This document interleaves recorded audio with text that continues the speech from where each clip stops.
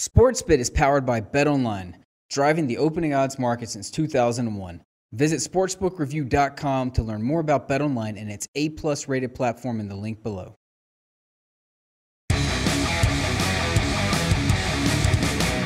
Weekend preview edition of SportsBit. Let's get right into it. North Carolina and Virginia. Big game breakdown time. All we have as we record on Friday morning are, let's call them the SportsBit projected lines. Looking at UVA, about 4 and 133 is where I expect the number to come for this one. Again, these are not actual lines. They are projected lines. See how close we are when the numbers come out later today. And, of course, how they get bet once they do come out leading up until tip-off on Saturday. Recent series history here.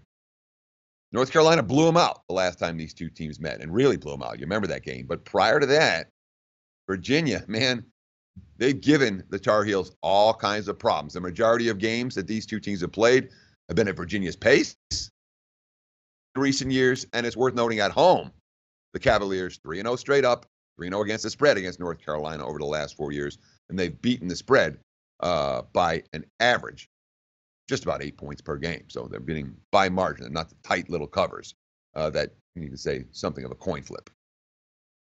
Virginia is a heck of a story. You know, the players have changed.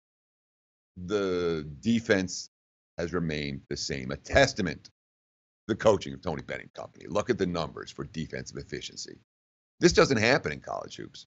It doesn't. You don't get these type of numbers year after year after year after year, where you're literally one of the best defense in college basketball. Virginia does it every year. Number 4, number 2, number 7, number 2 so far this season. Number 1 in defensive efficiency. They just don't give up. And the fascinating thing about this year, one of the issues with Virginia in years past, they haven't forced a lot of turnovers. They don't get easy buckets. They don't get a lot of fast breaks. You look at the turnover percentage or forced.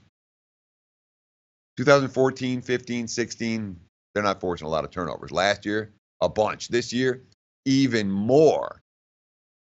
Virginia's better than they've been. And here's the kicker for the Cavaliers. I'm not stepping in front of this team. I'll tell you that flat out. They finally got some shooters. Virginia's been a team in defense first, offense not so much, certainly since Brogdon left.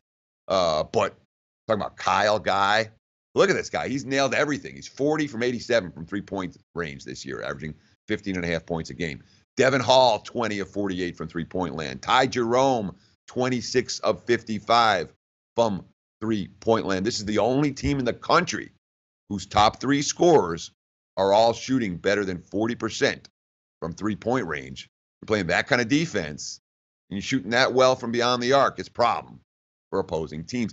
And in particular, it's a problem for North Carolina. This is a true North Carolina weakness.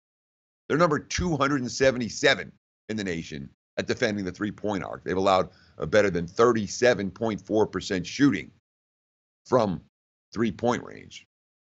That's not a good matchup against Virginia's three-point shooters. But there's something to be said for North Carolina as an underdog in these type of contests. That has a lot to do with Joel Berry. The experience of a point guard. This is his 123rd game, or will be his 123rd game in a Tar Heels uniform. He started 91 of those contests. And Berry's coming off a game against Florida State in which he missed the final shot that could have won on the road. And after the game, what did he do? He apologized because he realized a teammate had a better shot. That's leadership. Joel Berry, quote, "As soon as I shot the floater, I knew Cam Johnson had been open. I'll go back and look at that play and realize I had someone open. I was trying to be aggressive and do what I can for my team. I wanted us to win so badly. It's not me trying to be the hero. It's me wanting to be a basketball player and compete and do whatever I can to help my team win. In that situation, I have to be a basketball player, and that play should have been kicked out." It should have been.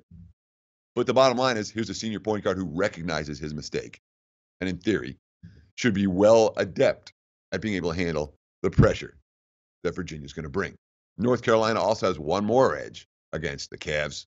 Man, this team's really good on the boards. Again, number 24 in the country in offensive rebounding percentage. Number 5 in the country at defensive rebounding percentage. So they get extra possessions on offense. They don't give up extra possessions on defense. That can always make a difference. In a game like this, that's expected. to be tight. That being said, no interest in stepping in front of Virginia to be Cavs or pass for me in this ball.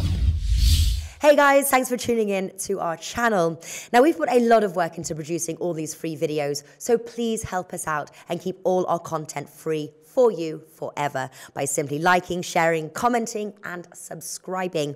Now, not to mention, a visit to our industry-leading website will warm the hearts of all our SBR employees, especially myself. Now, the links are over there to the left, so do check those out. Thanks for watching.